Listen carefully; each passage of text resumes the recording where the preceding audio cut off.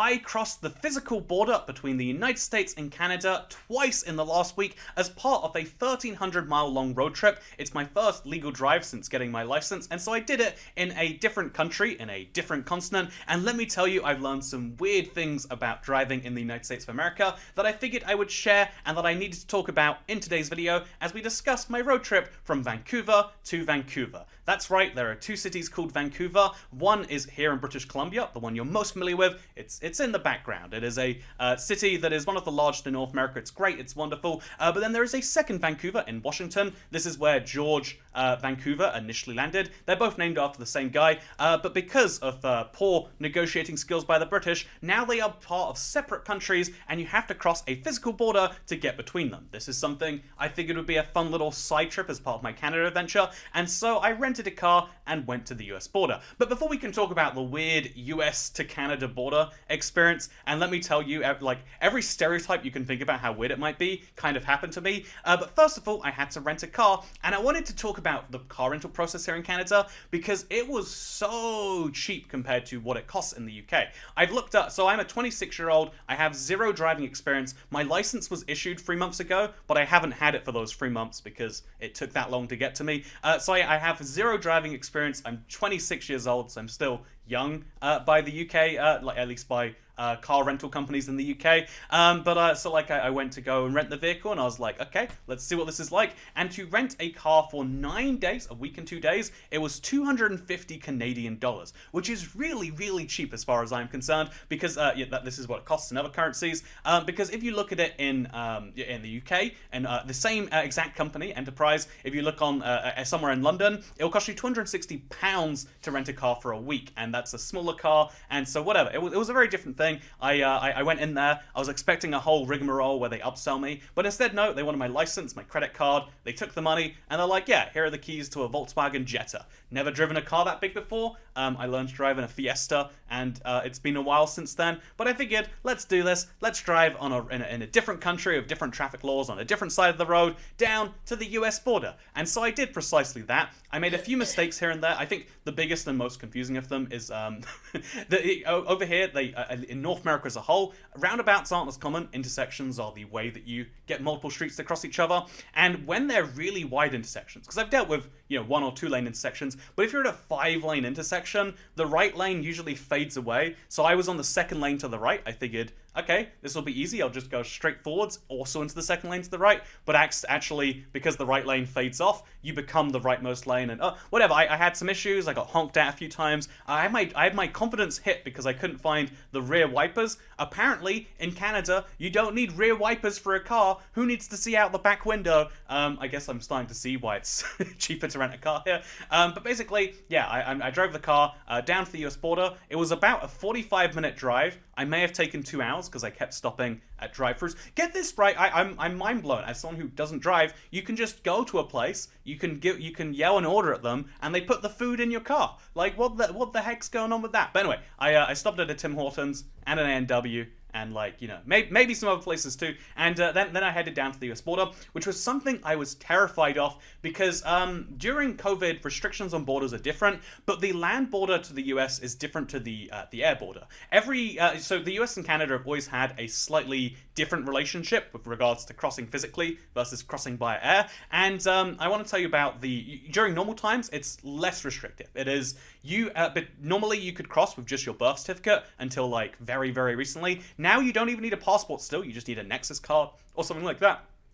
But during COVID, they went the other way. Canada restricted movement across the Canadian-US border via physically, but not via air. If you are a Canadian living in Vancouver, you can fly to Florida, but you can't drive over to Washington. It was a weird policy they had. They recently reversed it, and so now it is slightly different, but I still couldn't work out how, because the US recently implemented a rule where, as well as being fully vaccinated, you also have to have a negative test, but that rule seemed to only apply to air, but we couldn't find any confirmation of anyone who said that it did. So I just drove in, and I was like, we'll find out this way. There's no point doing I do have a positive test from more than 14 days ago as my backup, in case that happened. By the way, I got COVID.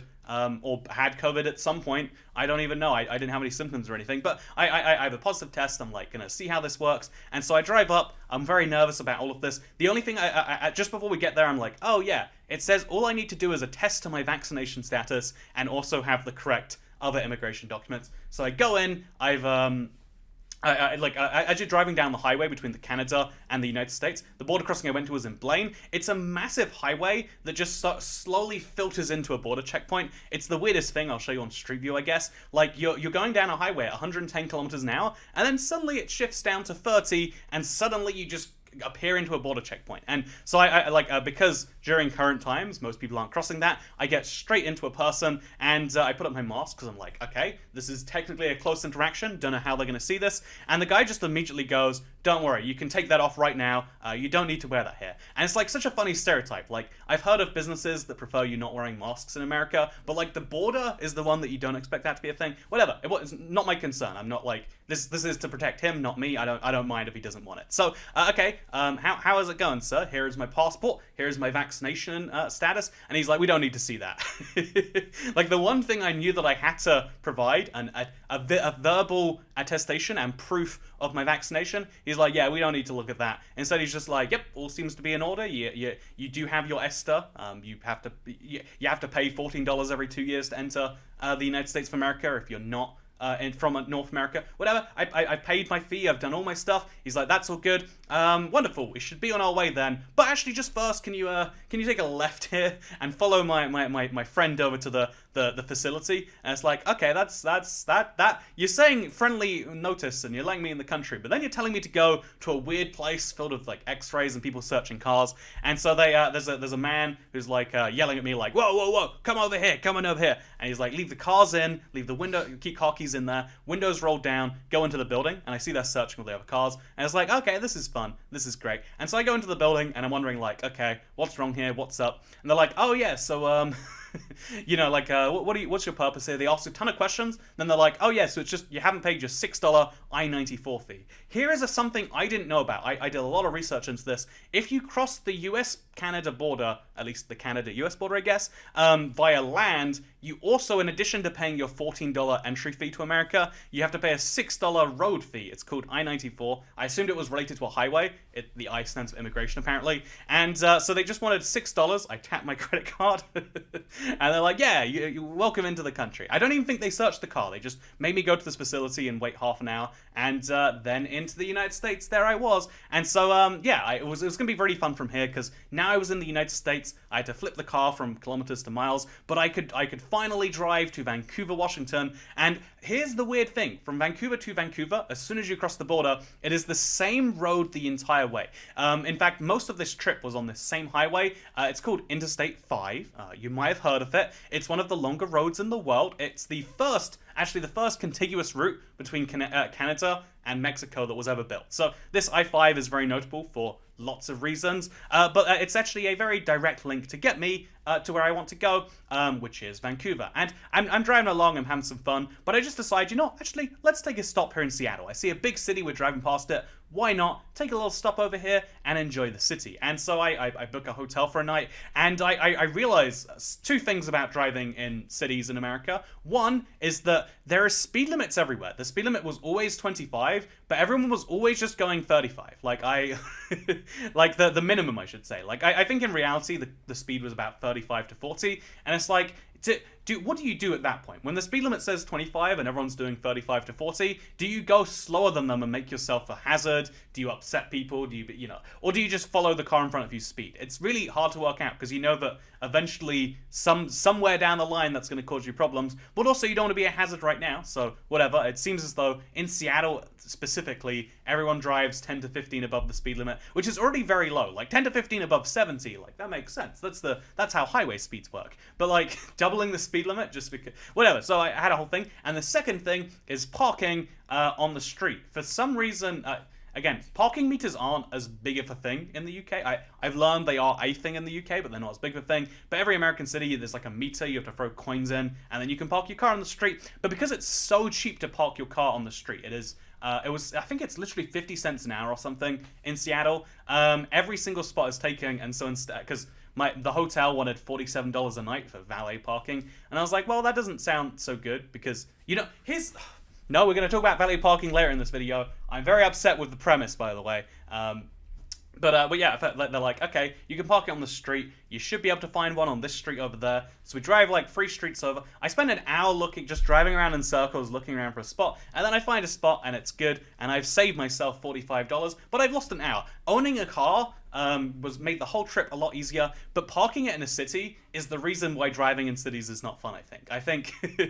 Everyone always says, like, when you look at a map, like, well, it's only 10 minutes to drive from here to there. And I think the real thing that public transport can do well in inner cities where there's not space is making it easy for you to just, to put the car in the place you want to put it in. Anyway, so we stay in Seattle. Seattle's very, very nice, by the way. Like it as a city. I think I'm going to be spending some time there in the near future. So that's one of the reasons stopped off.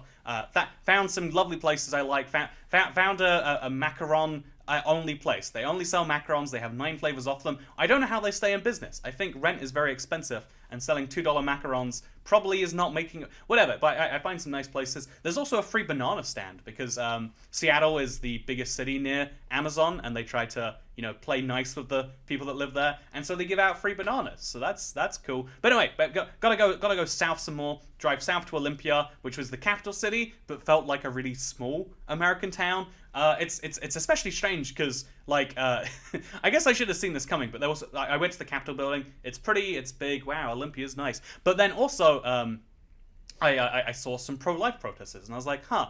That's interesting. And it should have made sense. They're like, yeah, this is the state capital, so obviously there's going to be some people in there that are extra political, but there's also a lot of people on the other side of the spectrum. Like, every single restaurant I went past had like the LGBTQ, Black Lives Matter. When they combine all the flags into one, they had one of those flags. And it's like, okay, it makes sense, I guess, that people who live in the political place are more likely to do the politics, or people who go to the political place are more likely to have a political opinion. And so that's the benefit of living in a state capital, I guess. You have more political people. But you know what? Here we go. We got to drive south or down I-5, and I make it finally to Vancouver. Vancouver is a very small town. I did not realize just how small it would be. My dream, my tax-dodging dream, is to live in Vancouver, Washington, and pay no state income tax in Washington, but then every time you want to buy something, go to Portland. The city is just across the river. It sounded like such a fun idea, but I don't think there's enough going on in Vancouver for my liking. So instead, straight down to Portland,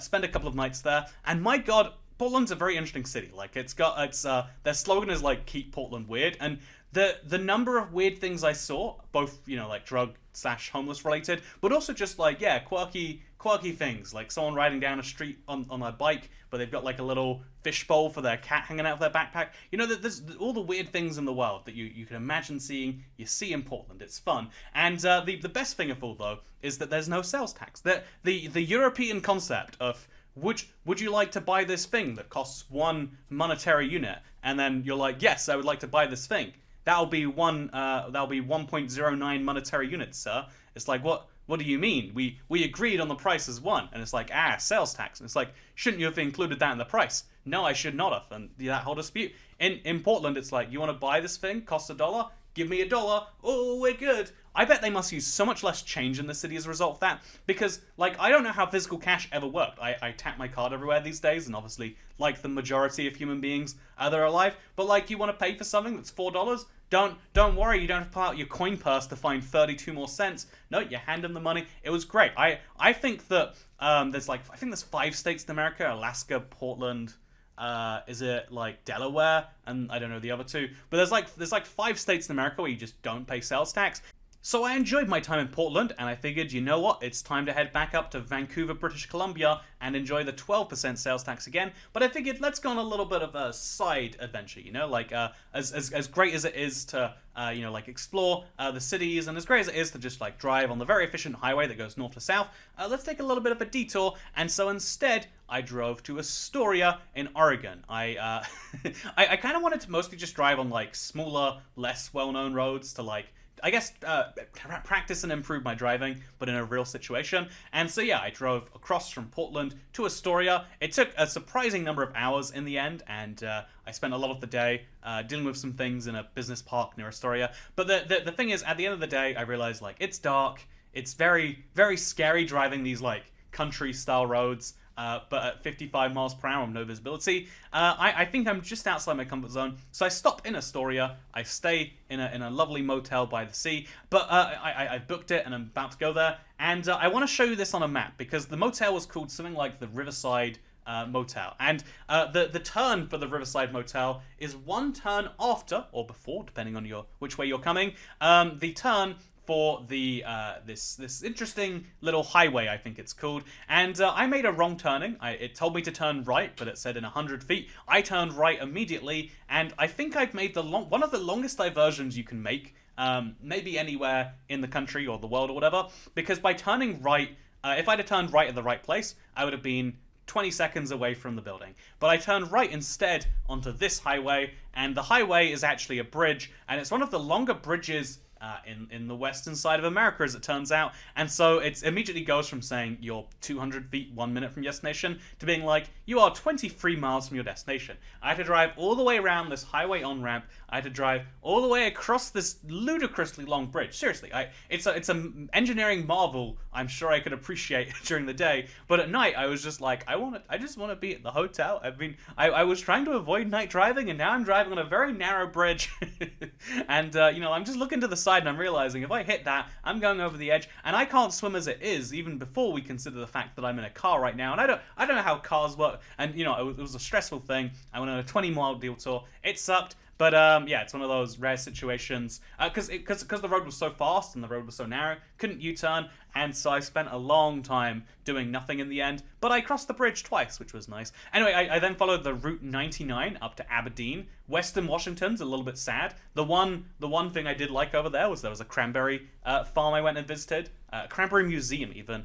So I saw a lot of tiny small things, and I think that's actually the joy of the road trip, is going on these weird small routes, visiting places that most people don't see, and just kind of I think that was the enjoyable bit to me, was the road was fun and windy and kind of scary in some places.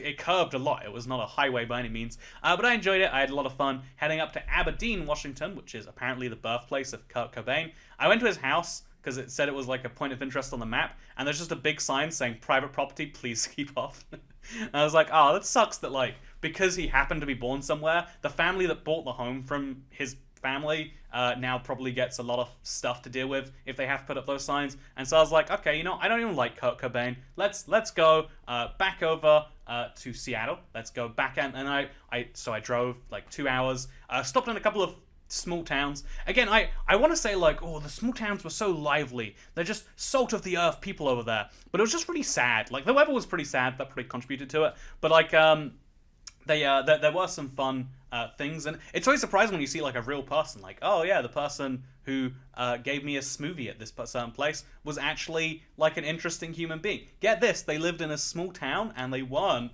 even a backwoods hillbilly. It's crazy. But then yeah, we drove to Seattle, then from there to Bellingham, and to get into From Bellingham, it was a straight shot to the US border. But here's the thing, to the Canadian border. Here's the thing, Canada, unlike the US, requires a PCR test be done within 72 hours of entering. That test can't be done in Canada, and if the test result doesn't arrive back in time, you have to go get another test, which does happen to some people. And so you just wait for an unknown period of time between testing and entering Canada. And so we spent a whole day in Bellingham just kind of vibing around. I went to a cat cafe. It was very cute. Do you want to see the videos? I'm at a cafe with the laziest cat in the world. He really wants to play, but he just isn't willing to put much effort into it. Too cute.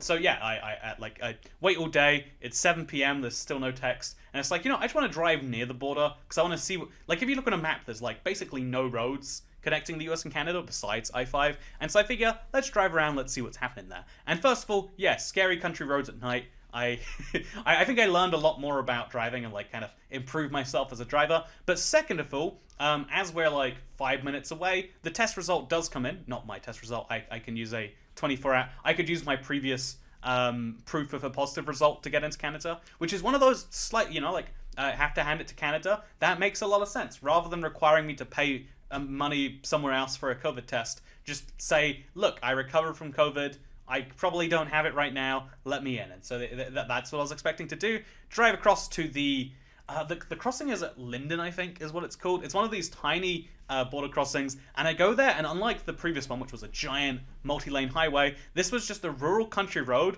that led into a border crossing. There's one border agent there. The border crossing shuts at midnight, and so we go up, and this time it was the opposite. They're like, I was very far away from the thing. They're like, please, could you put on your mask while we do anything else? And it's like, oh, damn it, you know what? I'm misunderstanding. Is a car to like person like a drive-through interaction? Is that a mask situation or not? I'm not a driver enough to have known during the pandemic. But you know, it's easy. Put it on, and we're like, yeah, let's go. Here's my passport. Here are our passports, I should say. Could you please let us into your country? By the way, where is the car from?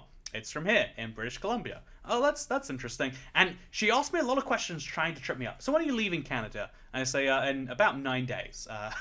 That's how long until I'm in Canada. And she's like, okay. You know, like, oh, do you visit any people here? And it's like, nah, just kind of drove around. Should have explained really this whole video to her. And she's like, okay. And so when did you say you were leaving Canada again? I said, next Sunday, 9 days from now. Okay, that's interesting. And yeah, do you enjoy visiting your family here then? And you know, like just, but like obviously like more subtle and like slightly better done. And there's a lot of questions about like you know, like, so you entered Canada on this previous negative result.